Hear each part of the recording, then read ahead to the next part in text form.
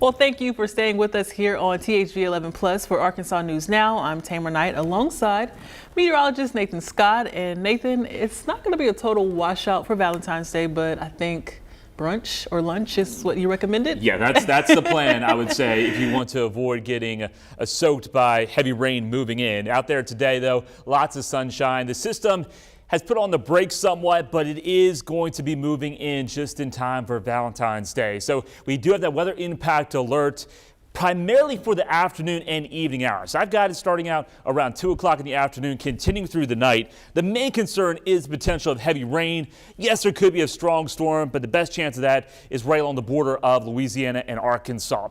Out there right now, we've got the clouds on the increase in West Arkansas. Temperatures are delightful into the low to mid 60s, and highs today, we may be able to climb up into the 70s. Arkadelphia, Hot Springs, Camden, also El Dorado. But when we take a look what's going to be happening for tomorrow, yes, there's going to be a round of showers and some thunderstorms moving in. Here's what future radar is showing at this time. Going throughout the day, we've got increasing clouds. Rain develops tonight and tomorrow morning. You see, not too much green showing up until we get past noon. And then here comes the super soaking rain. I'll let you know how much rain we can see from this system and where the best chance of a strong storm is located coming up. Well, thank you, Nathan. We begin with new court rulings that are changing who can run for office in Arkansas and a Supreme Court decision that could affect a fight over justice of the peace seats in Pulaski County. THV 11's Catherine Rowley explains what happens next. It's of course a broad term, and it's designed to be a broad term because it comes from the state constitution. So if someone is guilty of an infamous crime, they're not allowed to hold office in Arkansas. Legal expert and UA Little Rock professor Robert Steinbuck says the Arkansas Constitution outlines several criteria that can make a candidate ineligible to run and hold a public office. It's a crime that impacts a person's morality, credibility, and that's why a hot check violation, a hot check offense, is precisely what should be an infamous crime. The question this election cycle is which outcome from a hot check charge can count and which one doesn't. One candidate who faced that question was Missy Wardlaw in District 94. Her case went before the Arkansas Supreme Court. Wardlaw had a guilty bond forfeiture on her record, but the court ruled that she can keep her name on the ballot and hold a public office. The Wardlaw case is a terrible decision, frankly. The majority decision, written by Courtney Hudson, says that Wardlaw's guilty bond forfeiture disposition doesn't mean she was convicted of that crime of a hot check offense. And it's really a stretch to understand how she gets there. The bond forfeitures, as the Supreme Court ruled on yesterday in Ms. Wardlaw's case, those are not infamous crime convictions. That's Christina K.G. Gooley, who ran for and was elected Pulaski County Justice of the Peace for District 10. She was removed from office after being ruled ineligible for 2 hot check convictions. Gooley insists she has no convictions and has a clean record. And considering the fact it was a bond forfeiture on mine, I'm hoping that it will open the door for a new hearing, and hopefully some things will get overturned. The Wardlaw case now sets a new precedent. Professor Steinbuck says the Arkansas Supreme Court dissent better addresses the legal issues surrounding hot check convictions and infamous crimes. The dissent in that case, written by Rhonda Wood, really addresses the law precisely and says, look, we have to take that record that Wardlaw doesn't dispute and read it, and it says guilty, and then the bond is forfeited. The dissent argues that the law is clear. Guilty means guilty, whether or not there's a bond forfeiture. But the majority of justices did not agree. The court says, if you show up and say, like I said a moment ago, that you're Mr. Magoo, what, me, huh, I didn't know, you might get away with not being considered disqualified, even though a conviction for a hot check crime is a disqualifying event for someone running for office in the state of Arkansas. In Little Rock, Catherine Rowley, THV 11 News. Since the Supreme Court has the final say, the Wardlaw decision creates a new precedent, possibly opening the door for others to run if they paid fines before being convicted. Gully's campaign continues, and she has filed an appeal, but her case is still sitting before a circuit court judge. And we're learning more about the capture of Ouachita County fugitive David Davenport after a 24-hour manhunt this week. He was wanted in a multi-year burglary spree dating back to 2024. Authorities searched 24-year-old Patrick Robertson's East Camden home Tuesday, recovering these stolen items from fire stations, plus firearms, chainsaws, and tools from across Ouachita County. Robertson is now behind bars on theft and fleeing charges, and Davenport is in custody after a brief manhunt. A federal jury has convicted 2 Arkansas men and another from California for their roles in a multi-state drug ring. Kevin Langle of Pine Bluff and Larry Rogers are to be sentenced later this year, along with Bruce MacArthur Smith of California. The U.S. attorney says Smith had more than 500 grams of meth, while the 2 men from Arkansas conspired to sell it. And state education leaders are pressing pause on a plan to convert Hall High School in Little Rock to a public charter. The State Board of Education tabled a vote on allowing the conversion, citing several unresolved concerns. The idea came after LRSD administrators faced declining enrollment and ongoing financial strain in the Midtown school. We know that schools are trying to create options to meet the needs of students and families, and this is probably a program that's not for everybody. LRSD declined to comment. However, the board announced they plan to bring the item back up during the board meeting in March. And you have just one more day to get your loved ones gifts for Valentine's Day, meaning it's crunch time for local businesses to make sure everything is ready to go. Some of the classic gifts like flowers and chocolate never go out of style. It has Tipton and Hearst busy as they fill orders. Vice President Stacey Hearst says 6 months of prep work goes into Valentine's Day. Creating the designs that we'll include in our floral collection, ordering containers, ribbon, the plants, the flowers, the chocolates, all of it, so well in advance, and now we're really into looking at production. Not only is the store celebrating love, but it's also celebrating 140 years in business. When a customer orders a dozen roses, they'll get 2 free to make it a rose for every decade. And while we're all thinking about our hearts this weekend, doctors want you to take that literally. Cardiac rehab is a key after a heart attack or heart surgery, but yet data shows many patients, especially women, are not getting the rehab they need. During this month's Heart Month, Bradley Blackburn shows us why rehab is so important for recovery. You'll find Jennifer Reich here 3 times a week, but this isn't her usual workout. She's doing cardiac rehab at Northwell Health, prescribed after heart surgery last fall to repair an aortic valve and an aortic aneurysm. I exercise. I'm a fairly healthy weight. I eat right. How does it happen? Unfortunately, they said it happens. It was a good thing it was picked up. The 53-year-old mom and health phys ed teacher was eager to get right back to her active lifestyle, but says that wasn't easy. That was one of the big things. A lot of it, there's some fear there. Is this too much? Am I supposed to feel this way? Here, they're monitoring you. They're taking your blood pressure, your heart rate. How are you feeling? The rehab team develops a structured recovery plan for patients that includes exercise, nutrition, and wellness. We know through the evidence they have better outcomes, they're back on their feet quicker, and they have the confidence that they need to move on with their day-to-day activities and recover after these major events. Dr. Neil Shah says research shows women are referred less often and complete fewer sessions of cardiac rehab than men. You know, women are taking care of their families, they have work obligations. Rates of depression are also higher in women. All of these factors combined have led to the lower rates of enrollment with women, which is something that we're really working on improving. First it was hard. Like I said, push through, so I did a lower number. This is week 3 of Jennifer's 12-week program. It's moving along. But again, coming here is important because I think also some of the stuff was the fear holding me back. And here I don't have to worry about it. She's now on track for a full recovery. Bradley Blackburn, CBS News. A measles outbreak has hit the U.S. We'll tell you what you need to know about the virus coming up after the break. After a beautiful Friday, tomorrow the weather goes downhill, but I think the worst of the weather arrives here through the afternoon into the evening hours, and that's when the weather impact alert goes into effect. I'll have a look at future radar and talk about the rest of your weekend forecast coming up.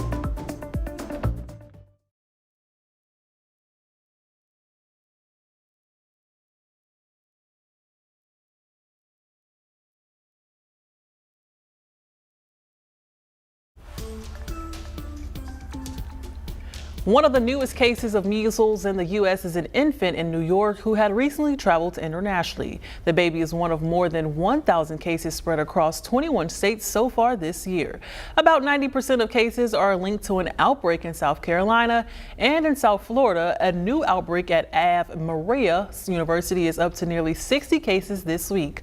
A sophomore there say he and his friends were one of the first to show symptoms, but the urgent care and hospital didn't test for measles, and they went several days before it was caught. They brought the healthcare department, nurses here. They brought like 2 ambulances. So like I know that when we got it, it was kind of like up in the air with what we should do. But after that, once they figured it out, it was a lot more like easy to get diagnosed, get the help you need. The CDC says the MMR vaccine is safe and effective. In Florida, fewer than 90% of kindergartners are fully vaccinated, not enough to create herd immunity. Good afternoon, Central Arkansas meteorologist Nathan Scott. I know you don't want rain to necessarily impact your Valentine's Day plans, but we need the rain, and we'll take what we can get, because when we take a look at the drought monitor situation, we have seen deficits continue to grow. 6, 7, almost 8 inches in El Dorado since December 1st. Yes, we had that round of snow and sleet, but you melt that down and it only amounted to 1 to 2 inches of rain. So here's some good news. We are expecting rain to move in. Here's the rainfall outlook. Now this is brand new data, and it has a corridor of the heaviest rain right across central Arkansas, where we could see maybe 2 to 3 inches. Some locations could see even 4 inches of rain, according to this new information. Lesser amounts in southeast Arkansas and also into northwest Arkansas. So with that said, the heavy rain moves in. It sticks around for several hours. That could lead to some minor flood concerns. Poor drainage areas, low-lying areas, smaller creeks and streams. We've got a slight risk of excessive rainfall across a large part of Arkansas. As for the chance of severe weather, primarily confined down into Louisiana and also East Texas, but there is a little sliver of Arkansas included in that level 1 out of 5, or marginal risk, from Texarkana, Magnolia towards El Dorado.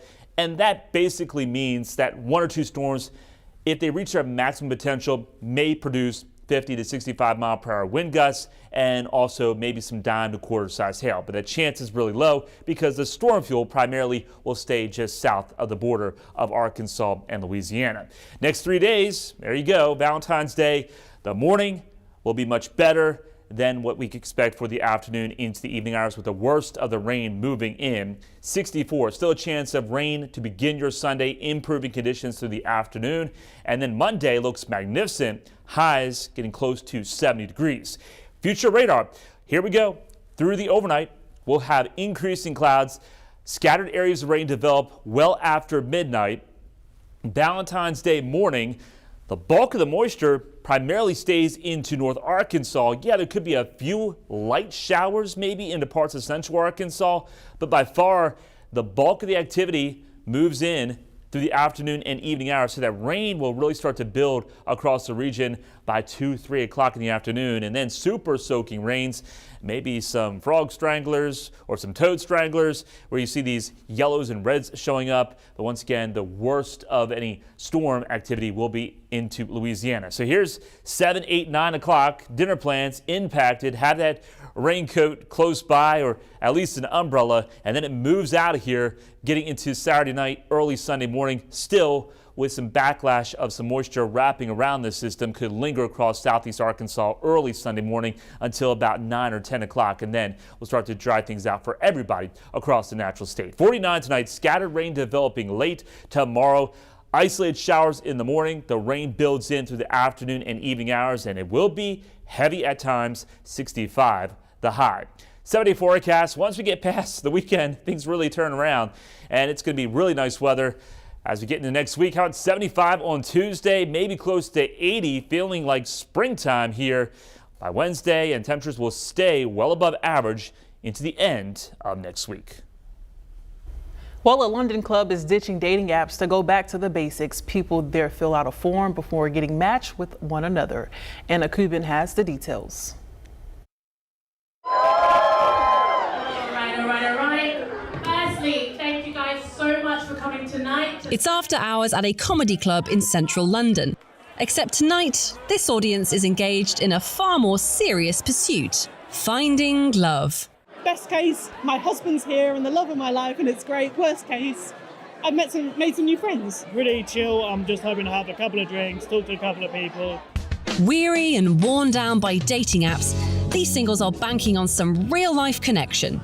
I'm a romantic. I want to be with a pirate. I want to be with someone who's like big and bold. And I feel like people in London are very nonchalant and very cool. And they don't want to like lay their heart on the line. Assisting tonight is an algorithm.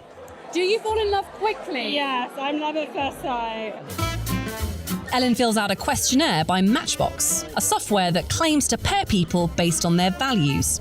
It's better to have loved and lost and then to never have loved, yeah. Submit. With answers submitted, it's now time to mingle before these singles meet their match. My worst nightmare is saying, like, yeah, I met my husband on Hinge. Hosting tonight is Thursday, a dating company that used to match people via, you guessed it, an app. Until they dumped it last year. Everyone's sick of the swiping endlessly, only to get maybe a couple responses. The dating events is basically taking it back to basics. You have to make those in real life connections, and people are literally, I can't produce enough events for the demand that's out there. Thursday says it's made more than 20,000 matches using this algorithm. Got my match. We'll find out, here it is. I think it's him. Why'd you get out of the way?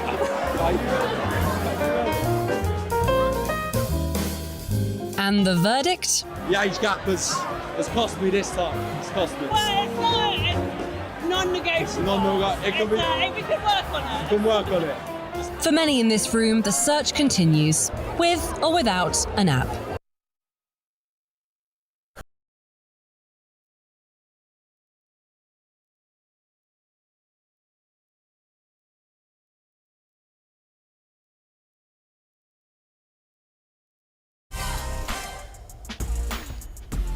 Well, check this out. Love is spreading around the world ahead of Valentine's Day. It was especially romantic for this couple from Texas who got engaged at the Eiffel Tower in Paris this week.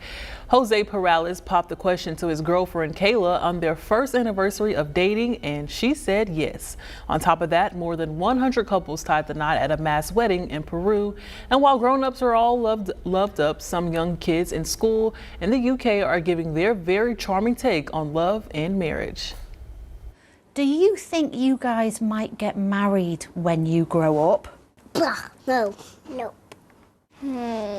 That's a tricky question, that. If I get married, I'll probably be the happiest that I've ever been. It's always good to have someone you love. No way! No way. I don't know if I'm stuck on the accents, the little accents, or it'll probably be the happiest day I've ever been. Now, you have a little one. Would she say yes or no? Or? I don't think she knows what that means. Too early. She said, no way. She'll probably say no because she's like, no. Sure, or that's her new thing. Sure. Well, it's so funny because, back in elementary school, the girls used to chase the guys on the playground because the guys were like, no, you stay away from me. Girls got cooties. And then things change. Or was it always the boys chase the girls, Nathan? Not at my school. Depends on who you ask. All right, well, you may not have too much love for the forecast on Valentine's Day because we are expecting rain and some thunderstorms to move in primarily through the afternoon into the evening hours. So once again, we've been telling you dinner plans will likely be impacted. If you can choose brunch or lunch, that'd be a better option, but I know reservations are probably already solid right now, so just be prepared. It's gonna be a nasty evening out there for tomorrow night. Brunch is better anyways, but that's just my opinion. I like dinner. Good old steak dinner. Ooh, good old pancake, egg. I don't know. Mimosa, never hurt anybody. Thank you for tuning in to us right now on Arkansas News Now. Make sure you come back and join us at 4.